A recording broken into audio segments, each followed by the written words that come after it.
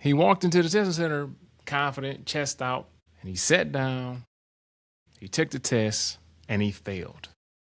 And not by just a little bit. He failed by a whole hell of a lot. Like it was like hopeless. Like he like, whoa, wait a minute. You know, the passing score, he was nowhere near that. And he kind of knew he failed after about 10 or 15 questions, because the questions, he just was like, okay, this is not what I was studying. This is not what I expected. What the hell is this? So here's where it gets just a little interesting. So it ain't like he slacked off, right? He was literally studying every day for 6 months straight. He didn't quit. He didn't ignore certain things. He tried to, listen to what everybody was saying. He studied. He studied really hard. But this is the part that you and everybody else don't want to admit. Just being smart, right? Y'all, I'm smart. Stuff comes easy to me. That's not enough to pass these certifications. Caveat, side note, A+. If you think A+ is easy, if anybody has told you A+ is easy, they're a goddamn lie, and don't listen to them. And it's not easy.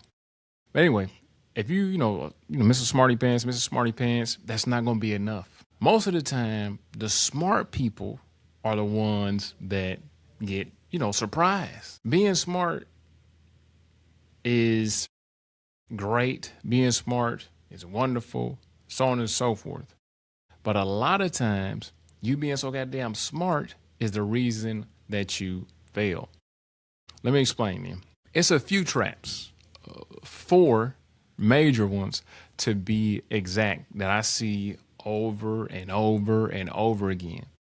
And if you're listening like you should have been, you might, recognize a few of them that you're doing, right? Or done before, or recognize it in other people.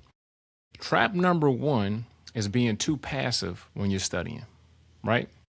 Smart people love understanding. They love watching. They love reading. So they spend most of their time watching videos, reading textbook, and got a highlighter, and the whole goddamn book is highlighted. And that feels like productivity, right? But here's the truth, man. It's a science to this whole learning thing. This is actually backed by science. Recognition is not recall, right? Just because you recognize something does not mean that you're going to be able to recall it at a later time, which is really damn important on the exam. You need to recall what you learned. Just because something looked familiar, or damn, I've seen that somewhere, that does not mean your brain can actually retrieve that information when you are in the damn closet, basically taking an exam under pressure, got a clock, you done paid for it, you worried, you sweating, you ain't eat, you didn't sleep well.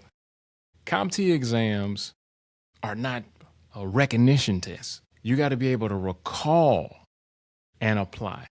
Not recognize, but you got to recall the information that you learned and then apply what you learned on the actual exam.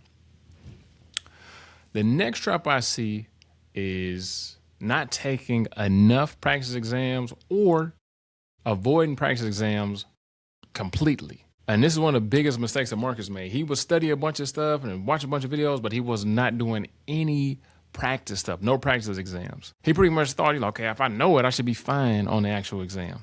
And he used to say shit like, I want to finish the material first. I want to watch all the videos. I want to do it. No. Or he says something like, I'm not ready for practice tests yet, or I'll test later. But the reality is this, man. Students who frequently try to retrieve and test the information and practice the information they already learned, meaning that they, testing early. Okay, I just learned this shit today. Let me test myself on it today.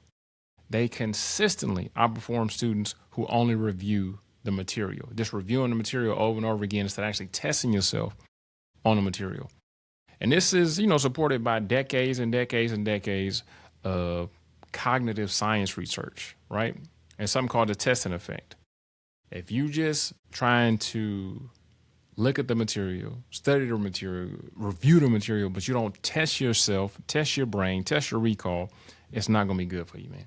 Testing is a part of studying, and testing is going to make you a whole hell of a lot better when it comes to actually passing these exams.